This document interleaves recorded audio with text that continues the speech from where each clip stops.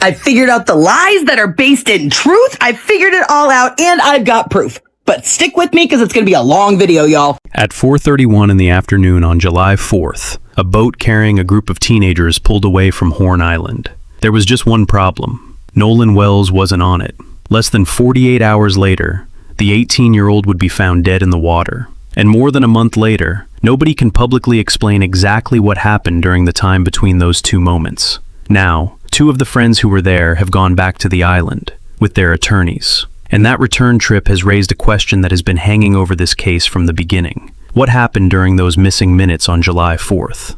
Welcome back. And if you're new here, I'm glad you found us. This channel follows active true crime cases by separating what has actually been documented from what people believe happened. We look at the timelines, the official records, witness accounts, video, GPS data, and the questions investigators still haven't answered. So before we get into this latest development, subscribe and stay with us because this case is still moving and some of the most important pieces of the timeline are only now coming into focus. And if you're watching from somewhere in the United States, tell us where you're watching from in the comments, because this story has reached far beyond Mississippi. And once you understand what happened on Horn Island that afternoon, you'll understand why that 4:31 p.m. departure matters so much. I found a 15-page Marine Patrol report that had lots of little details that prove that the boys had been lying. So I've already shown how at 1:30 in the morning, the initial Lieutenant Odom with the Jackson County Sheriff's Office said that his deputies spoke with several of the friends who traveled to the island on the vessel with Nolan. And they said that he left in the company of an unknown female and that he chose to remain on the island. So what was the next step? Did you guys ever engage with police? Or? Yeah, so the first time I talked to the police was July 7th. I talked to the lead investigator, and I told him my whole story top to bottom.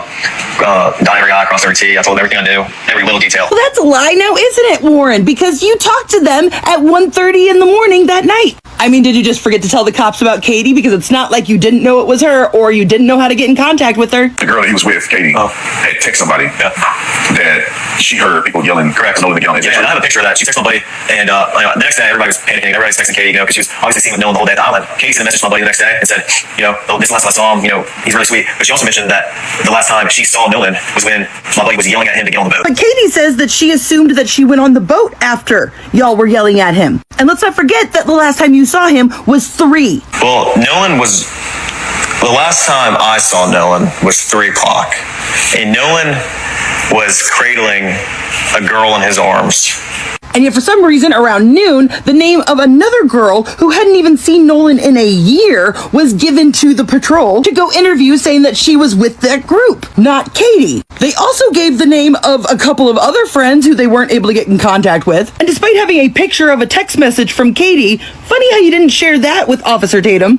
Probably could have cleared up some stuff real quick, right? Now let's get to the data. Now at about 1:30 on July 5th, they were doing a flight of drones based on the relation of the last known anchor position of the Atkinson vessel, which I have documented right here. 4:30, Officer Strickland contacted Jennifer Pyrone, who was Wyatt's mother, who told them that he had already spoken to officers earlier in that day, but they were happy to cooperate with any investigation. And she let this officer take a picture of the GPS. Officer Strickland observed the track line showing Pyrone's vessel location on Horn Island, then gave coordinates. I'm going to need you to remember this exact phrasing. It's going to be important later on. This was the GPS coordinates from the picture that the officer took, meaning that these coordinates had to be a different one that was verbally given over the phone by Wyatt. And you'll notice they're quite different. Now you'll notice that this incident report says the involved entities are Bart Edmington and Jerry Adkerson, not Wyatt. Even though Wyatt is 18, he should be on this report. And you could argue that they were just giving the names of the people that owned the boats, but somehow I doubt that 21-year-old Bart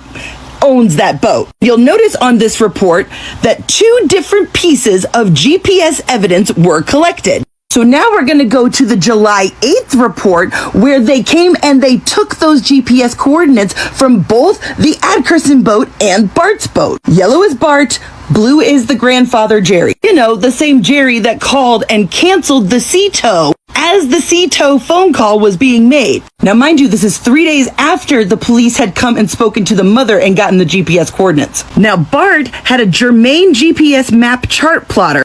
Jerry's boat also contained a germane GPS map chart plotter. Now, I had to look up the difference between waypoints, tracks, and routes. So waypoints mark specific spots, routes connect them in a planned order, and tracks record your actual path. Now, according to that GPS data, there is no movement from 11 to 4:30, but we know that that's not true. Warren has never been able to logically explain how they ended up so far away from the shore. Because according to him, he said at 3 o'clock, that was the last time he saw Nolan, Bart was trying to yell at him to get on the boat. His brother got into a fight, so he got his brother to come over there. That's when he saw that it was all sinking, because he said this. There's a lot of people on, so that it drags water in, and eventually, I think over time we were out there for a couple hours, the boat just started filling up with water. So I popped the starboard side hatch, and the battery was completely underwater. Yes, but according to Warren, he had just seen Nolan, like neck deep, cradling a girl at the boat next to them. So how did they end up in 31 feet of water at the 4 o'clock call? There's an hour in between that. If the battery is submerged, how would they even get away from the sandbar? You can see in the background of this picture, they are far away from people. And yet this GPS is saying that you were stationary the whole time. But why? Especially because we have actual fucking proof right here. We have the coordinates that Wyatt's mom gave them the second time, and the cop took a picture of the GPS. Compare it to the GPS coordinates in which they were trying to get a tow from. But what if I were to tell you that not only does a waypoint need to be physically saved on this exact type of GPS, you have to intentionally say, mark this spot, or else it doesn't automatically save. It records your tracks automatically, but those are just saved coordinates. And it turns out you can actually delete tracks. That's super easy. You just go into the main menu and you delete it off of your data. So why is this GPS data, which is right here, so much further away than what the GPS says it is later? There is no data included in that GPS report that explains them going from here to here, unless someone went in and deleted those tracks. Because they probably dropped that waypoint once they anchored, which would explain why Warren said they showed up at 10:30 and the GPS says that they showed up after 11. And so then it wasn't until half an hour after the canceled tow that they dropped another waypoint. And mind you, the exact same GPS was used in both boats, and Wyatt/Jerry's boat has the tracks and routes where Bart's does not. And again, it tracks it automatically, so you have to intentionally delete those tracks. And why did they do that? Well, it turns out Jerry Atkinson just so happens to be the owner of Ocean Marine Group in Ocean Springs and Gulfport, which is literally a boat dealer. So guess who's gonna know that information? We already know Grandpa Jerry was in the mix, because the only way that he could have canceled the sea tow before it even started to head out is if Wyatt had called Jerry first, and Jerry told him to call for a sea tow and then canceled it for him, which would explain why he couldn't give any descriptions of where the water was, how high was it. We know that the sea tow did not bring in the boat. In fact, Bart's mother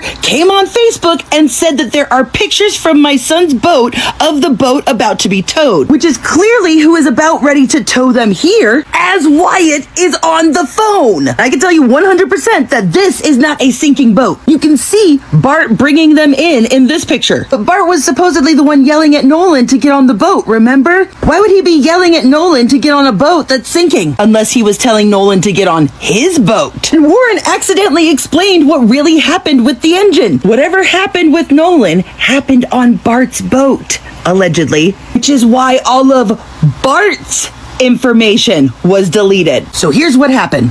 Both this one and this one confirmed that there was a fight that broke out on the beach. Started out with him, ended up with Warren's little brother. His uncle says, we gotta go. They hop on a boat and they leave. He grabs his drunk younger brother and says, we're getting out of here too. 3 o'clock, this whole caravan is trying to get the hell out of there because they're drunk and fighting. Wyatt's boat was in such a hurry that they couldn't figure out how to put the freaking trim down, which caused the motor to overheat, quickly stranded them, and Bart had to come help them. The time that Bart shows up, Something has happened between him and Nolan. They're all distracted trying to fix the bilge pump because they didn't trim down. The waves were crashing over the boat and into the bilge pump, short-circuiting it. During this, some people have figured out that Nolan is gone. Other people just think that he's passed out or something, which is why Wyatt calls his grandfather to figure out what the F to do. And as the phone call is being made, more people are figuring out something's wrong with Nolan. That's why they didn't start moving again for 30 minutes. They were coming up with a plan and figuring out how to make it work. Horn Island is a narrow strip of sand off the Mississippi coast. It's reachable only by boat. There are no lifeguards, no cell service, no ordinary way to call for help. And on the 4th of July, nearly 300 people had made the trip out there to celebrate. Nolan Wells was one of them. He was 18 years old, a college football player, and he had traveled there with friends he'd known since high school in Ocean Springs. For most of that morning and afternoon, there was nothing about Nolan's day that looked like the beginning of a tragedy. He appears in photographs and videos from the beach. He's swimming, he's laughing, he's spending time with friends. People who saw him described him as relaxed and in a good mood. Nothing about the available footage suggests that everyone around him knew they were watching Nolan's final hours. But then the timeline reaches 4:31 p.m. GPS data obtained from the boat confirms the time. The vessel pulled away from Horn Island, and Nolan Wells wasn't on it. His friends would later say that was Nolan's decision. They said he had met a young woman and wanted to remain on the island. They said he planned to catch a ride back with someone else. And at the time, according to their account, nobody believed that decision would become the beginning of a disappearance. But then Nolan never came home.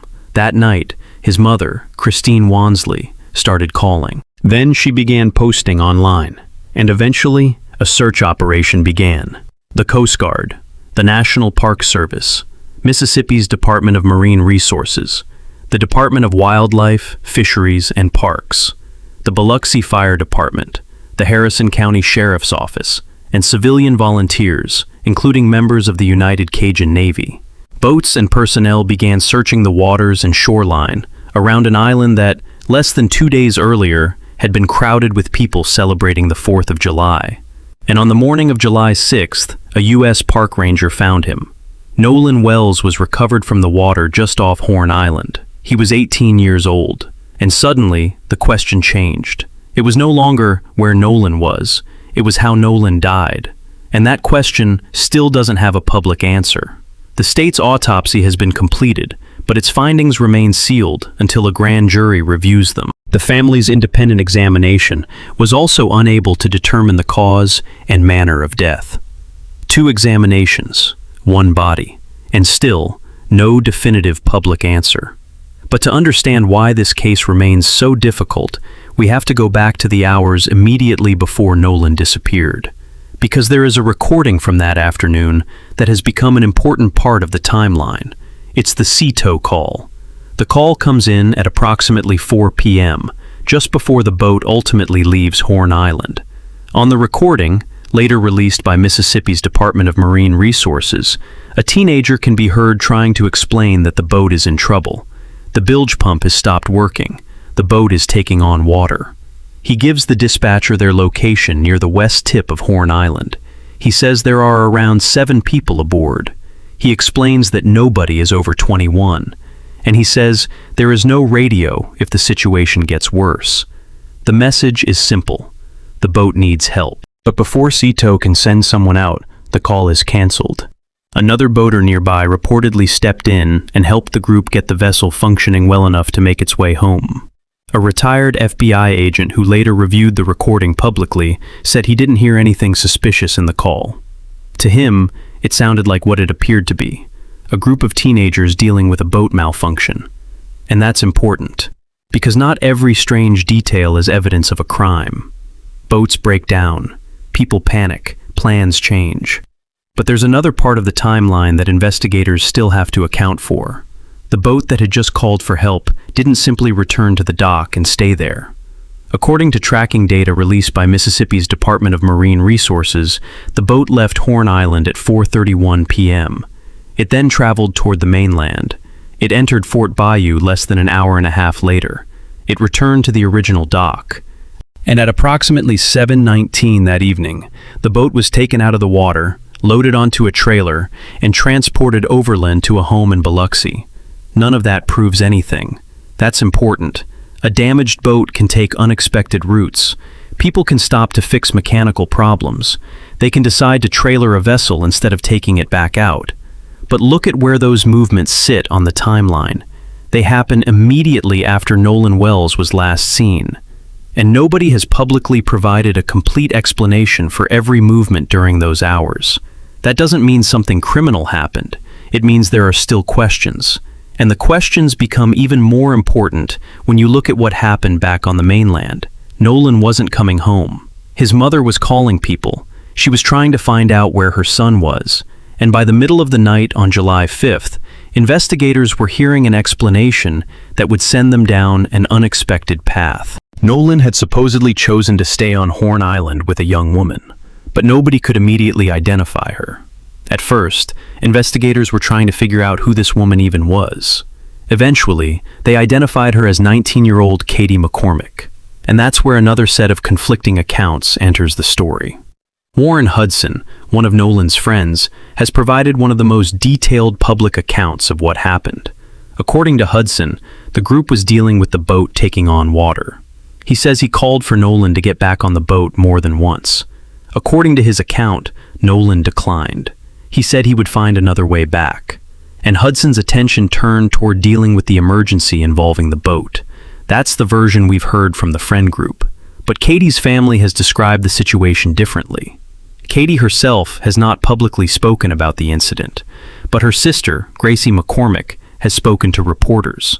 And according to Gracie, Katie never actually saw Nolan being left behind. She believed Nolan was returning on the same boat as the others. She assumed the group was simply leaving together. She never imagined that Nolan was going to remain behind while the others departed. And that matters because it creates a fundamental difference in the timeline. One account says Nolan knowingly chose to stay. Another suggests Katie didn't even understand that he was being left behind. Those two things don't necessarily prove either side is lying, but they don't fit together perfectly either. And that unresolved difference is still sitting inside this investigation. Then there is another piece of evidence, Nolan's phone. After he disappeared, his family used a location app to track the phone. The phone was eventually retrieved from the mainland, but according to the family, when they examined it, messages from that day were missing. Snapchat photos and videos were also reportedly gone.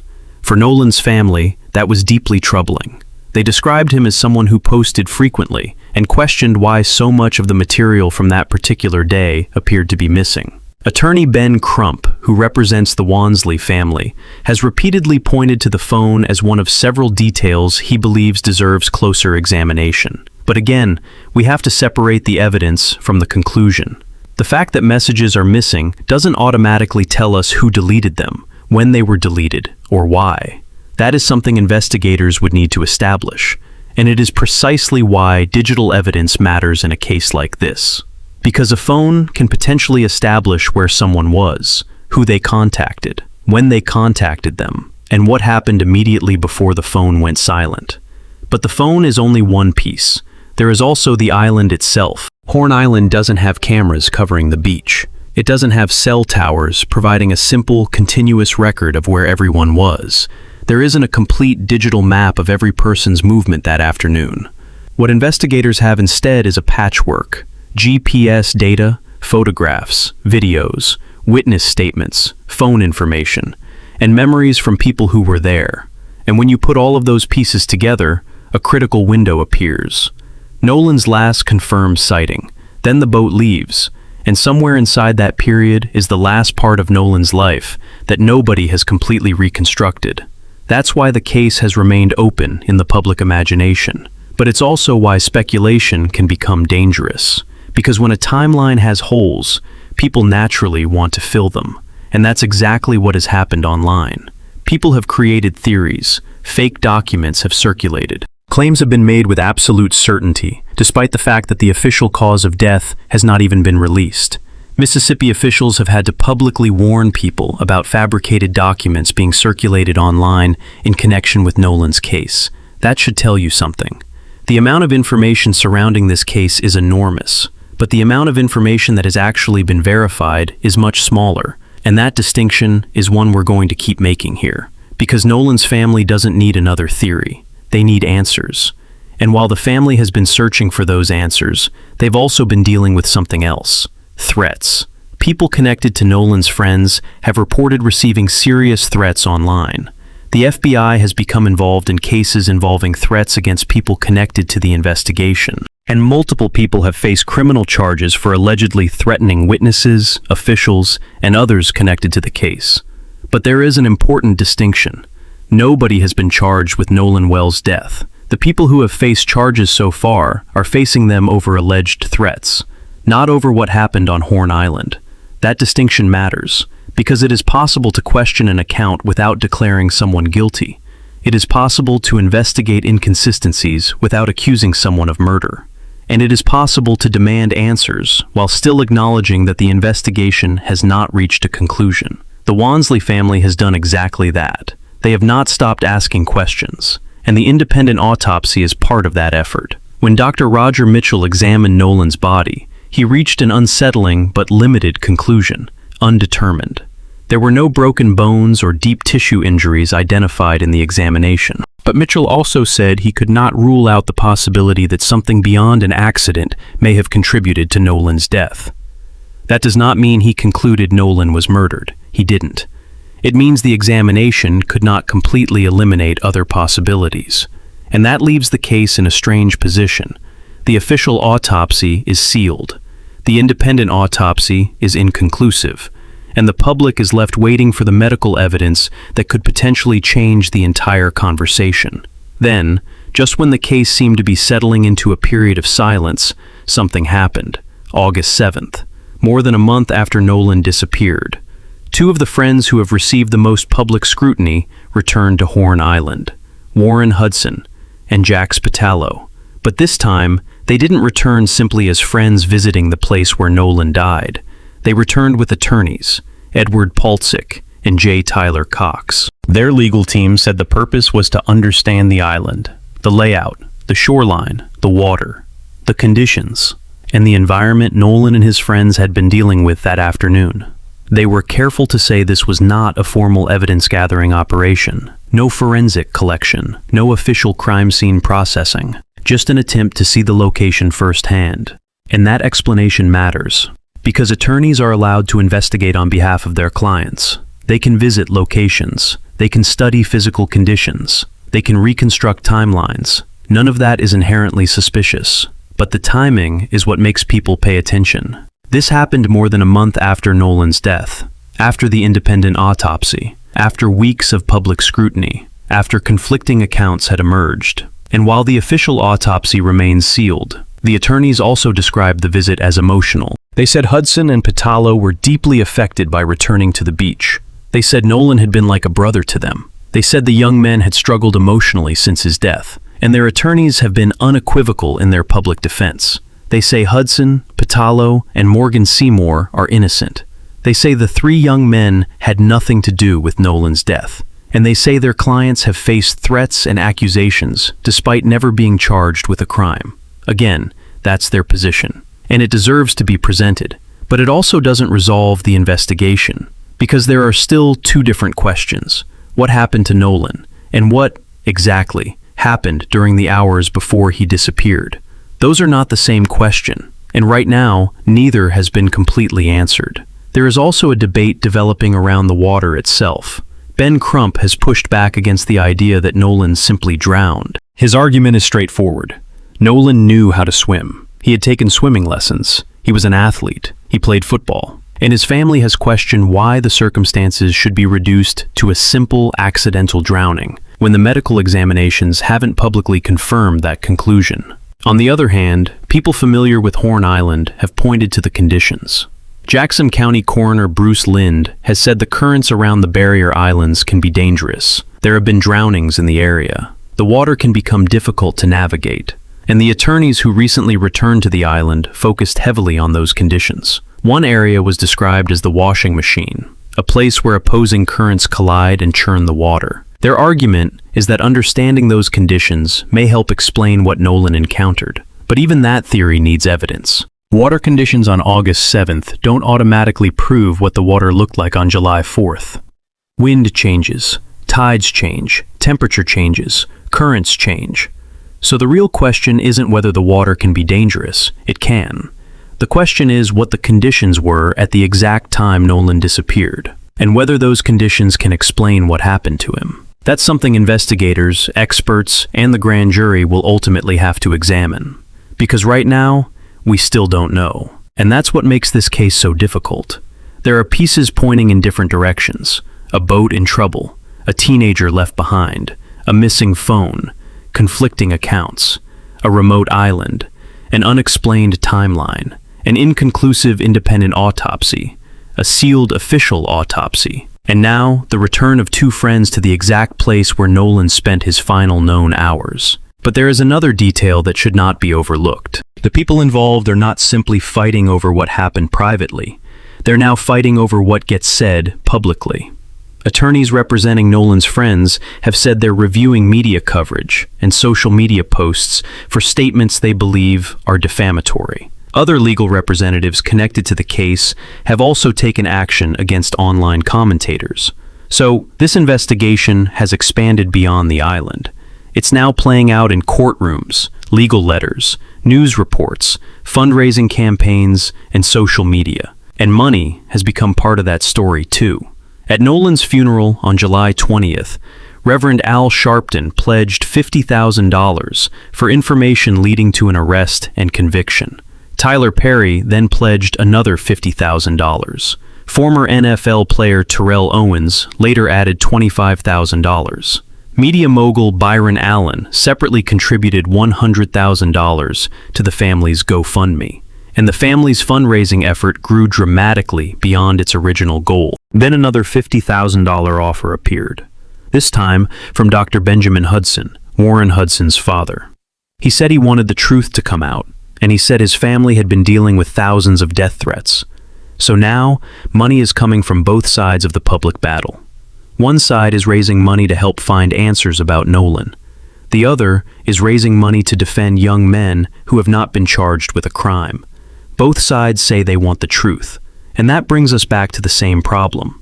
Everyone says they want the truth, but the truth has to come from evidence, not from whoever tells the most convincing story. And while all of this was happening, Christine Wansley was dealing with something that would be almost impossible for any grieving parent to understand. An anonymous misconduct complaint was filed against her nursing license. The Mississippi Board of Nursing eventually closed the matter without discipline. Her attorney, Ben Crump, described the complaint as an attempt to intimidate her. Whether that was the motivation or not, the complaint went nowhere. But it added another layer to a case that was already becoming increasingly hostile. Because Christine has refused to stop asking questions, and neither has Nolan's family. More than a month later, they are still waiting. Waiting for the grand jury. Waiting for the official autopsy findings. Waiting for the toxicology. Waiting for investigators to close the gaps. Waiting for someone to explain how their son went from being alive on Horn Island to being found dead in the water. And that brings us back to where we started. 4:31 p.m. The boat leaves Horn Island. Nolan is not on it.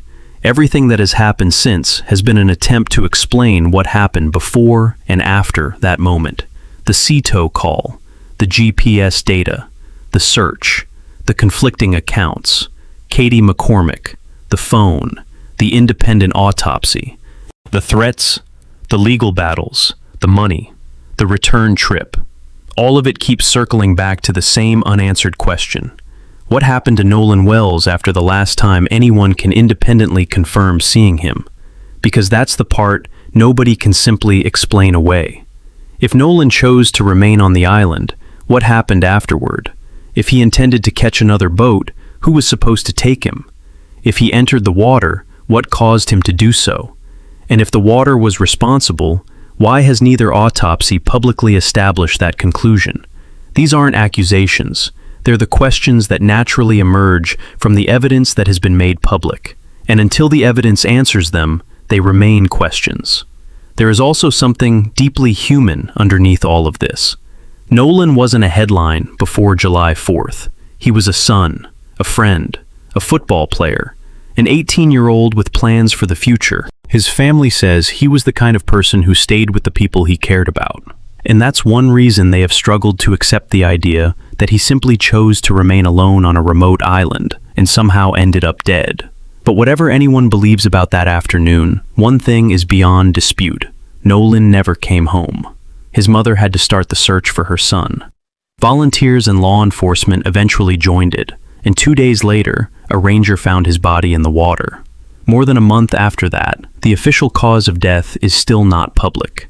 The grand jury has not convened, and 2 of the people closest to Nolan's final known hours have now returned to the island with their attorneys. Maybe their trip will ultimately prove important. Maybe it won't. Maybe the water conditions will explain more. Maybe the GPS data will reveal another piece. Maybe the phone will provide something investigators haven't publicly disclosed. Maybe a witness will finally come forward with the detail that closes the gap. Or maybe the grand jury will be the place where the missing pieces finally come together. We don't know yet, and that's the point. A responsible investigation doesn't pretend to know what hasn't been proven. It doesn't turn a suspicious detail into a conviction. It doesn't turn an unanswered question into an accusation. It follows the evidence until the evidence runs out. And right now, the evidence still runs out somewhere on Horn Island on the afternoon of July 4th. So, if you followed this case from the beginning, you already know why that island matters. And if you're just discovering Nolan's story now, understand this. The case is not over, not even close. There is still a grand jury that hasn't convened. There is still an official autopsy that hasn't been made public. There are still questions surrounding the timeline. There are still conflicting accounts. And there is still a family waiting for an answer. So if you want to follow what happens next, subscribe. Because when the grand jury moves, when official findings are released, or when new evidence finally fills another part of that timeline, we'll be here to break down exactly what changed and what didn't.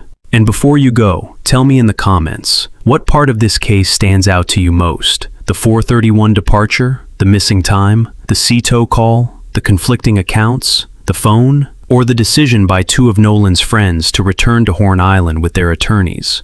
Keep it respectful. Keep it factual. And remember that an unanswered question is not proof of wrongdoing. But an unanswered question is still worth asking. Nolan Wells was 18 years old. He went to Horn Island for the 4th of July. He was seen alive. His friends left. He didn't. 2 days later, his body was found in the water. More than a month later, his family is still waiting for the answer to the simplest question of all. What happened to Nolan Wells? Until someone can answer that question with evidence, this story isn't over.